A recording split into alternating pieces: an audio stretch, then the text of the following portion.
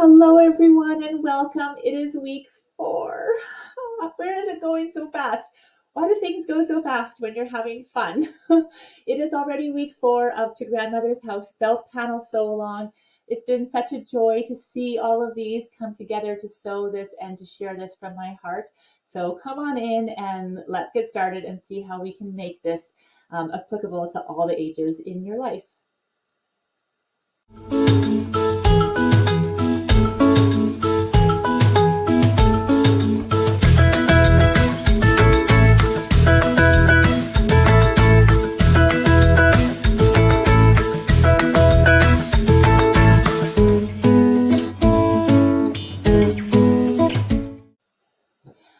Okay, welcome back everyone. Here we are. So we are going to sew the finishing touches on your bag.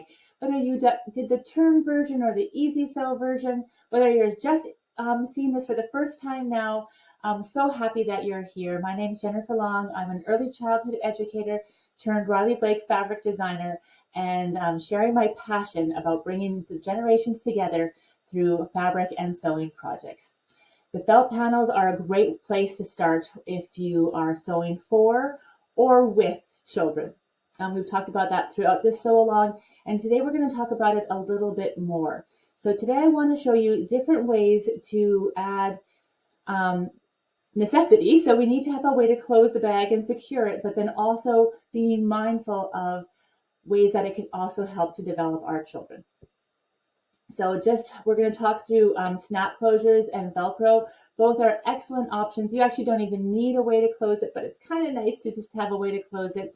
Adding these snap closures really helps with fine motor development. So you'll see that a lot in like quiet books if you purchase them. Well, if this is yours that you are making, it does take some coordination, but not too much. It does take some coordination to get those buttons lined up, and then you always get that wonderful reward of this sound. Those snap, it is a rewarding sound. It's really fun. It's part of like the sensory experience for children too. I mean, ripping Velcro also is very rewarding too, right? Lining those up. So both are definitely applicable to each age, and you can use either option. I'll talk about the snaps in particular. I'm going to teach you how to use this tool for snap buttons if you haven't already. I'm hopefully trying to give little bits of information of something new.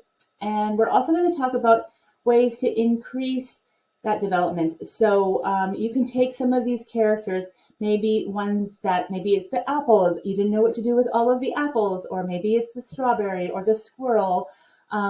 You can turn them into a bag tag, maybe on this side here, and have them hang. Kids can, again, use the Velcro on the ribbon or snap to close it. I'm going to show you how to do it in this week's video.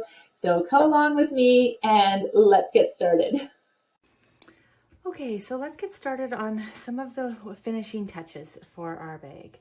So this week we're going to talk about putting on these cam snaps. I really like them because once they're affixed, it's almost virtually impossible to get them off. So they're really child safe. I also really like them because they offer a lot of opportunity for hand-eye coordination, and they offer a lot of opportunity for dexterity. So there's like development happening in the child while they're playing, just to get that closed. Velcro is also a very suitable option, and you are certainly welcome to use that.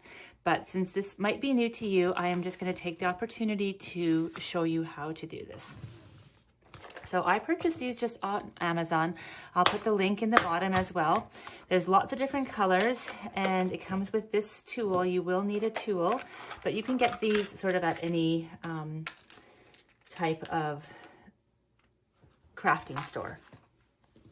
Okay, so I already have this one done, so I'm going to show you just on a piece of felt here. I'm going to double this over, and I'm going to put one on here and one on here, and then we'll close it up. How about I cut this so it looks like two pieces? Good.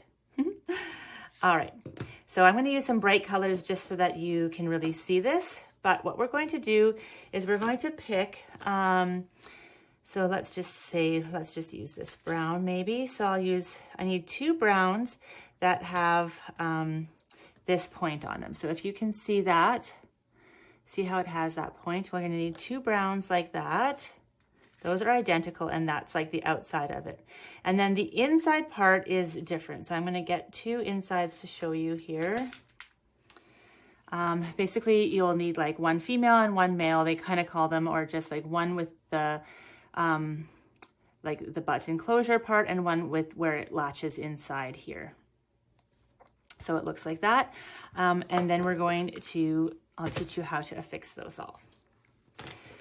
Okay, so I'm going to decide where I want that to be. So if you see here, I don't have it right on the edge, and you want to imagine where you want that. It's the center. So this is the sharp point here, and I'm going to put that sharp point exactly where I want it. So like about a good 1/2 inch. I'm going to use my ruler, and I'm actually going to get this nice and straight because it's bothering me that it's not straight. So let's get this nice and straight first. Good. This is my Missouri Star rotary cutter that I do not have to really push to use. It's so sharp and lovely. So if you love that, if you love this rotary cutter, you want to try it out, I highly recommend it.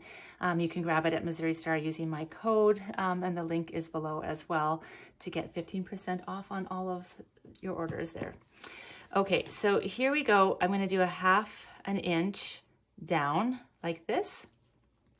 And I'm going to poke this through, and I kind of just like to wiggle it so I can really see where it is. So I've got that poked through, and here it is. If this is my right side, my good side, I'm going to put the flat side with the point down in through that hole and push it in.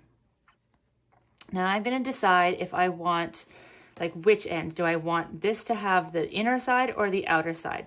So the front of the house, I want them kind of closing it into the back. So that's why I decided that the front would have the side that goes in. And I would just fix it on like that. So here's that point coming through, and I place it on like this. And then here's my tool. Now this is what the tool looks like. It has kind of like a bowl. It's concave, this black part. And then this is like a rubber stopper. So the bowl supports the back of like the good side of this button. Oh, it's squeaky. I've used it a lot, you guys. And the top fits exactly here. And then you're going to just use your hands and squeeze and release. And you can see that when I squeezed, it dropped and pushed that little nub in, and I cannot get it off. It's stuck there. Yay! All right, so now I'm going to come over and do the same thing again on the other side. So take that 1/2 inch, make sure it's centered. I'm going to sneeze.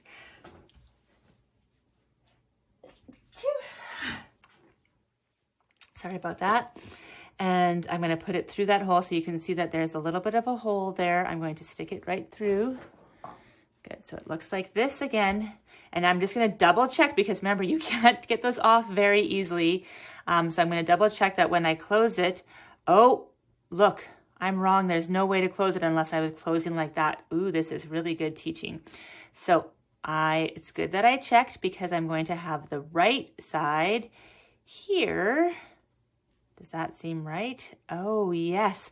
So that, look, when I close it, the bag is like this. So if your bag is going to be here, then you want the good side on the outside.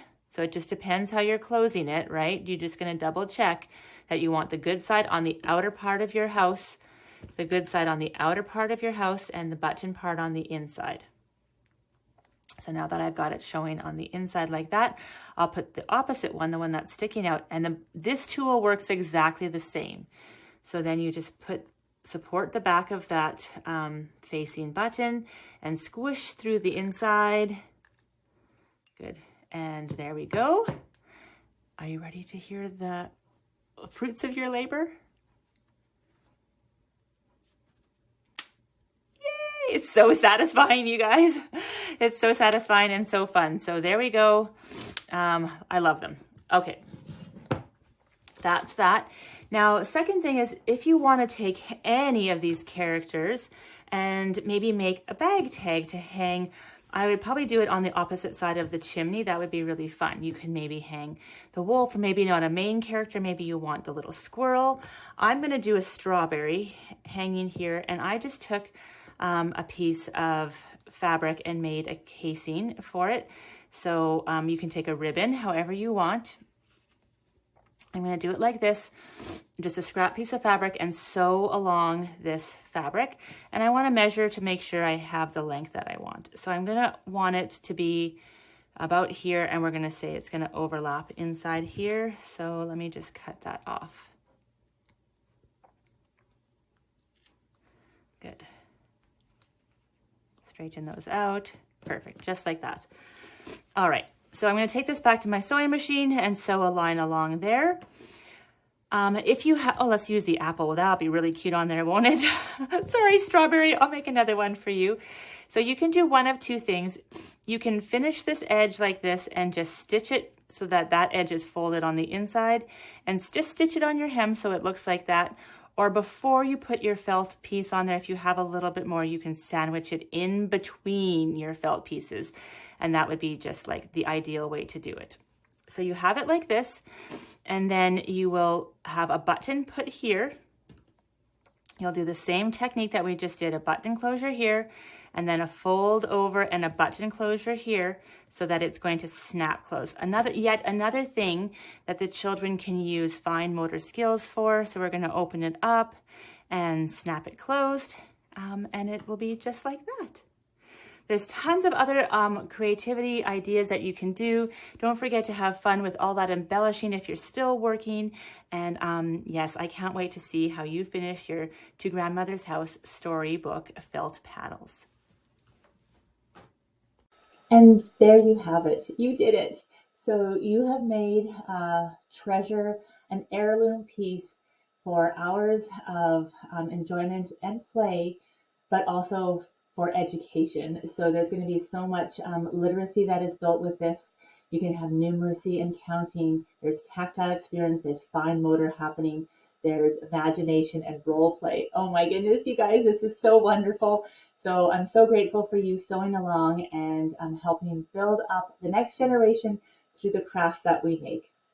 Now, before we're done, I wanted to just segue and lead us into another fun sew along. So if you know me at all, you know I just love to keep things going, and I don't want the fun to end. And I really hope that you'll join me. So this quilt behind me, it's called Through the Woods. It is my first book with Riley Blake Designs, and this book, if I may just tell you a little bit about it now too. So it is actually designed as a sew story. So it is designed, there's a poem woven through the book that my daughters and I wrote together. And it is our take on the Little Red Riding Hood story, where family is forever, and the wolf is part, like a family pet. He's part of the family, and they all have apple pie at grandma's. And but they travel along this quilt. So Little Red, you can't see her, but this is her block right here. She's on the bottom of the quilt, and she travels along. And along her way, she meets the wolf, and you know, they share an apple, and then they come along and they meet the woodcutter. We come over and we see Grandma and the house. There's a couple fun bonuses in the book. One of them is that you can make a grand wolf. So you can make Grandma's, the wolf head with the Grandma body. It's traditionally pieced, and it's designed to be an engaging book so that when you are cutting and sewing and choosing fabrics and working on each block one at a time, then, you know, the children in your life can be with you. They can take part. They can look through the book. There's some bonus projects at the back of the book.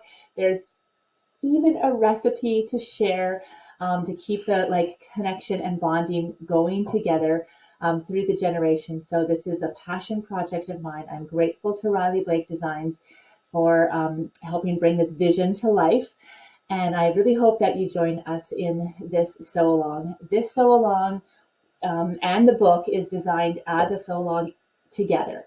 So this sew along will live forever. So no matter when the book, you have time to work on this quilt. But each block is, the cutting is there for per block, and the sew along will be designed per block. So if you wanted to just make, let's say, the pillow series, you could just make the pillow series from the book the way it is written and designed. So I hope you have so much fun sewing a story. And I hope you can join me. The sew along is free. You just need to sign up on the website. We'll put the link down below for it.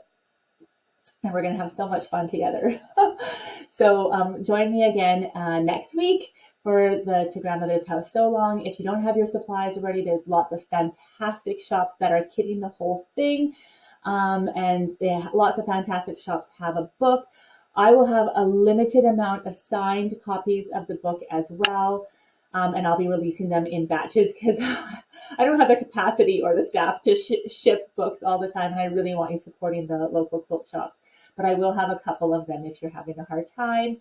You can reach us out at sewastory.com. And thank you from my heart for being here. I will see you again very soon. Have a lovely story time filled sewing day. Bye for now.